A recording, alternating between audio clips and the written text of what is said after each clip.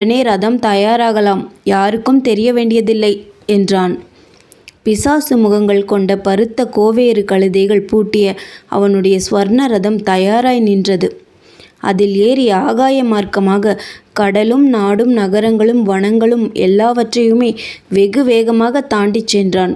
இஷ்டப்பட்ட இடம் செல்லும் மாயரதம் போகும்போது கீழே பார்த்த வசந்த கால காட்சிகளெல்லாம் அவனுடைய காமத்தை அதிகரித்தன. மாரீசனுடைய ஆசிரமத்தை அடைந்தான். ஜடையும் மரவுரியும் தரித்து ஆசார நியமத்துடன் விரத வாழ்க்கை நடத்தி வந்த மாரீசனை கண்டான். ராட்சசேந்திரனும் தனக்கு பந்துவுமான ராவணனை கண்டதும் முறைப்படி உபசாரம் செய்துவிட்டு, மறுபடியும் சொல்லாமல் இவ்வளவு தூரம் வந்த விஷயம் என்ன என்று கேட்டான். பேச்சில் வல்லமை பெற்ற ராவணன் சொல்ல ஆரம்பித்தான். நான் பெருந்துன்பத்தில் சிக்கி துயரப்பட்டு கொண்டிருக்கிறேன். என் துயரத்தை நீதான் நீக்க முடியும். உன்னை சரண் புகுந்தேன்.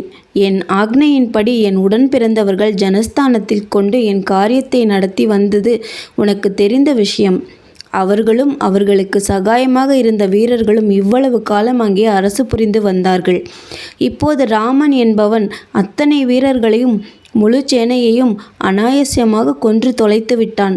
தேராவது வேறு வாகனமாவது இல்லாமல் தரைமேல் நின்று அந்த மனிதன் நம்மவர்கள் அனைவரையுமே பானங்கள் செலுத்தி கொன்று விட்டான். தண்டகாரண்யத்தில் இப்போது ராட்சசர்களை பற்றிய பயமே இல்லாமல் ரிஷிகளுடைய கொண்டாட்டமாக இருக்கிறது. இந்த ராமனானவன் தகப்பனால் காட்டுக்கு துரத்தப்பட்ட வகையில்லாத நீசன். மனைவியையும் கூட்டிக் கொண்டு காட்டில் நாடோடி வாழ்க்கை நடத்துகிறான். இந்த துஷ்டன் தவவேஷம் போட்டுக்கொண்டு இந்திரிய அனுபவத்தில் ஈடுபட்டிருப்பவன், தர்ம மார்க்கத்தை விட்டவன், எந்த காரணமுமின்றி மிருகபலத்தின் அகங்காரத்தால் என் உடன் பிறந்தவர்களுடைய மூக்கையும் காதையும் மறுத்து நம் குலத்திற்கு பெருத்த அவமானத்தை இழைத்திருக்கிறான். கோரமான முறையில் துன்பமும் அவமானமும் அடைந்த என் உடன் பிறந்தவள் இதை பற்றி முறையிடுகிறாள்.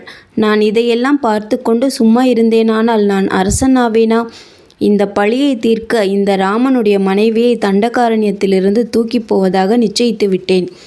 இந்த ராமனை தண்டித்து அவமானப்படுத்துவது என் குலக்கடமை. இதற்கு உன் சகாயம் வேண்டும்.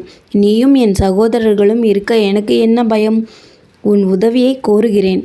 சௌரியம், பலம், யுக்தி, மாயைகள் இவற்றில் உன்னைப்போல் உலகத்தில் வேறு யார்? உன்னிடம் நான் இதற்காகத்தான் வந்திருக்கிறேன்.